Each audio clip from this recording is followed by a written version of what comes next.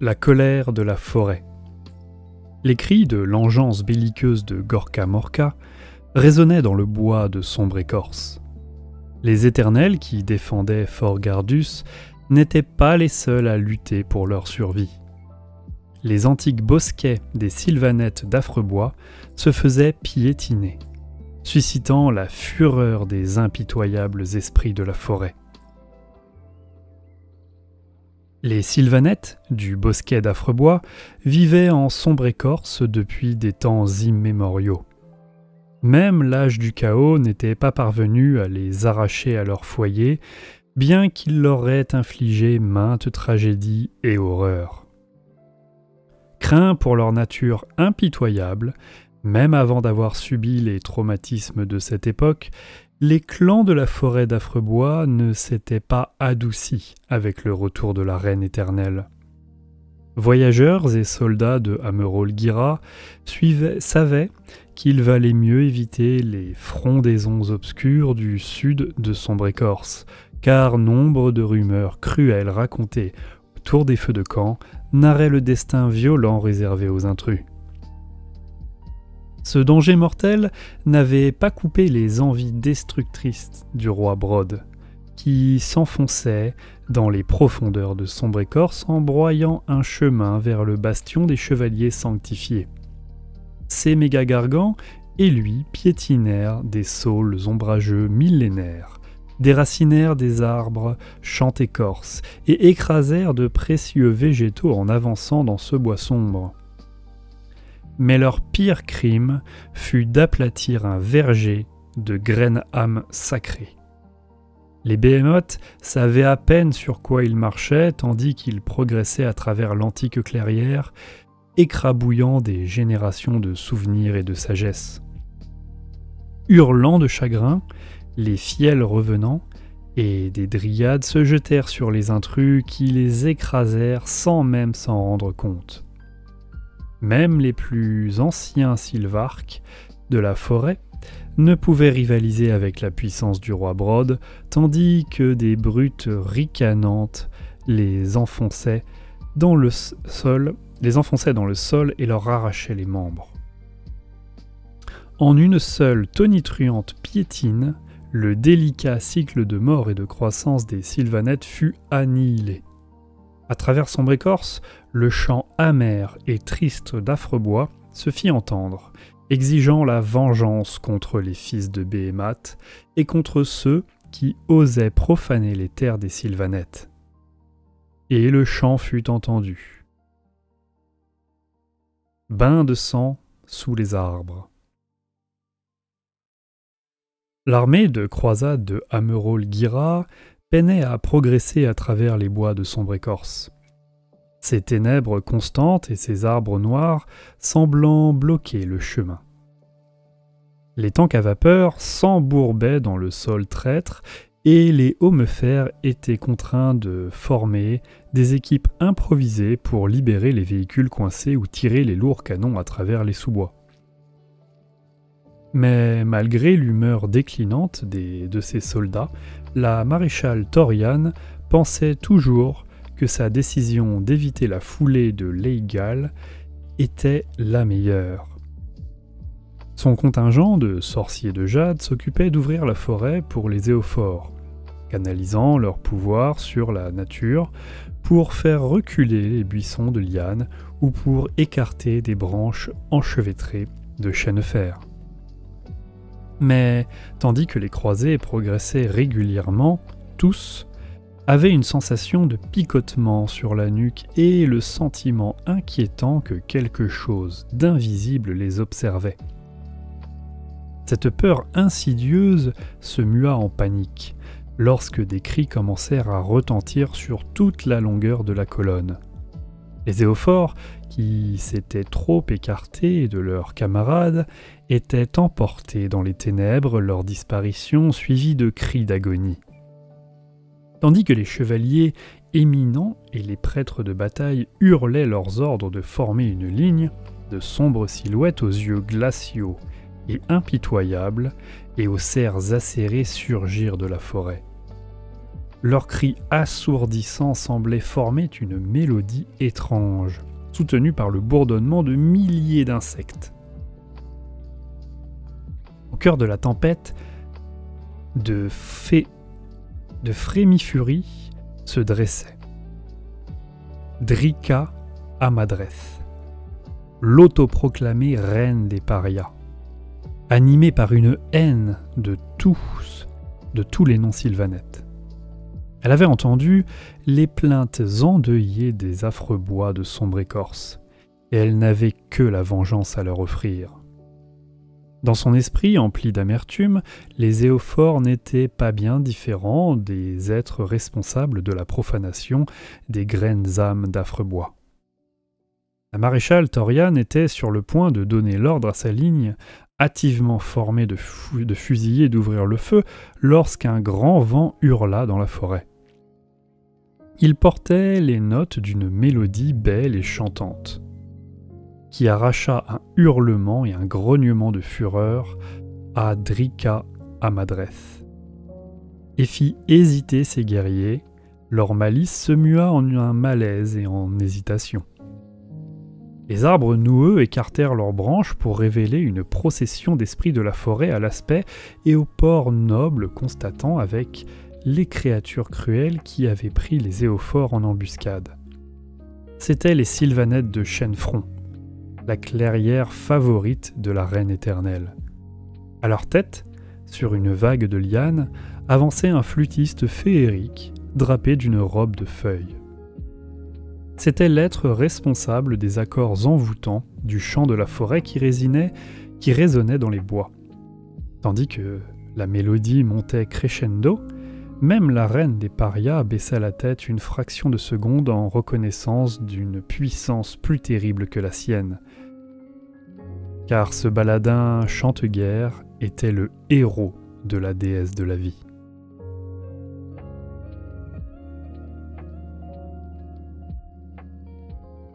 Fureur brutale. La fureur du roi Brod s'abattit sur les murs de Fort Gardus, les méga-gargants et les auruques anticipant impatiemment le massacre à venir. Les chevaliers sanctifiés et les autres défenseurs du Fort de l'Orage n'avaient d'autre choix que de prendre les armes et de prier que le dieu roi leur accorde le salut. Gardus, âme d'acier, avait tenu de nombreux sièges, mais la férocité de l'assaut des Gargants sur le fort le choqua malgré tout. L'engeance de Behémat ne faisait pas preuve de son habituelle brutalité joyeuse. Au lieu de cela, les monstres attaquaient avec une troublante coordination, bombardant la guérite du fort de l'Orage avec des volées de rochers.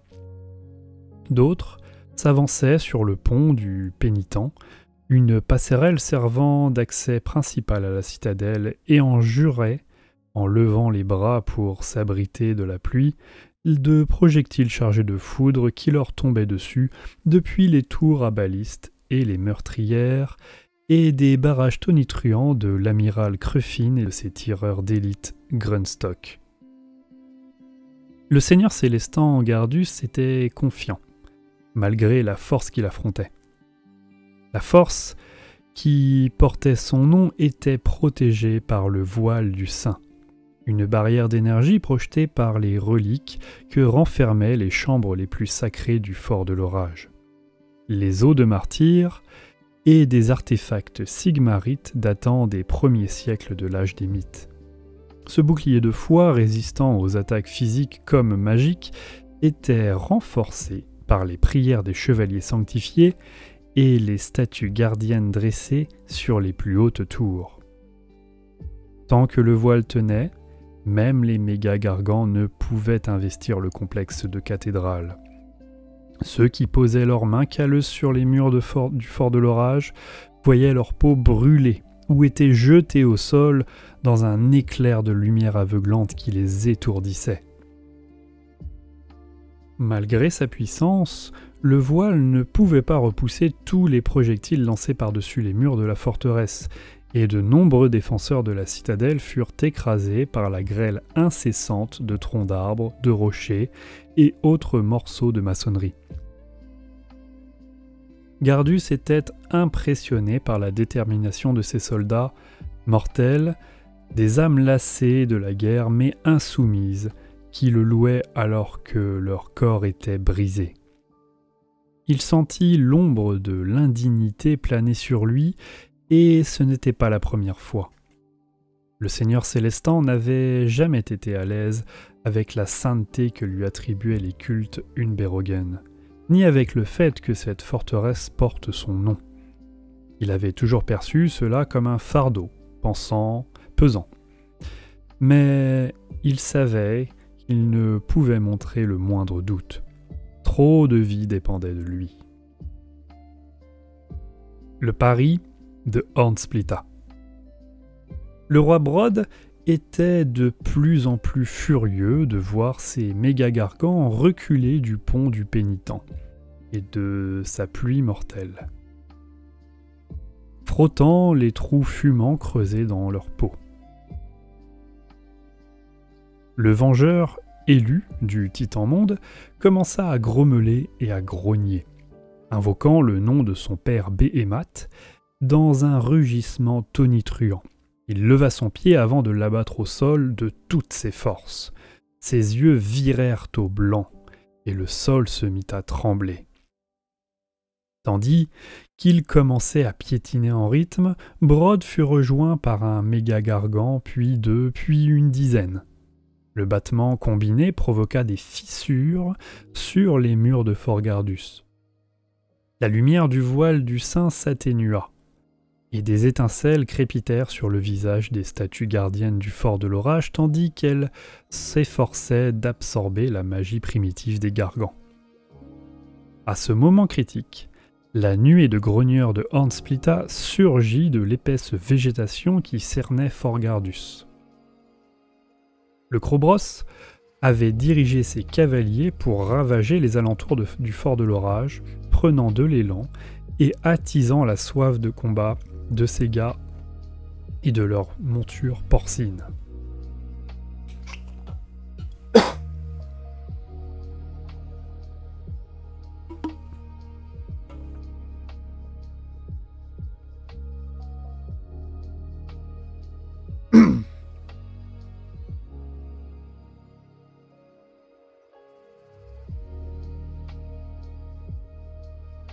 Zogrok, Andvilsmacha, attendaient leur arrivée. Tandis qu'ils approchaient, ses yeux s'illuminaient de l'énergie de la Wahag. Et il cogna son marteau contre sa pince jusqu'à ce que des étincelles vertes en jaillissent. Au moment où Hornsplita et son gueule qui grogne, Roxnorta, passaient à côté de lui, il frappa le flanc de la bête de ses outils pour transmettre leurs énergies au caparasson métallique de l'animal. Le sanglier était vraiment devenu un bélier vivant, un réceptacle de destruction pure. Hornsplita se rua sur le pont du pénitent et vers les énormes portes de la forteresse à la tête de centaines de tonnes de chair puante.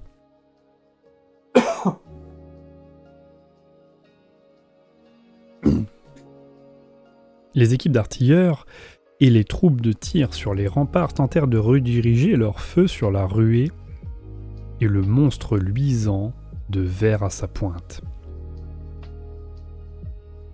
Mais il était trop tard.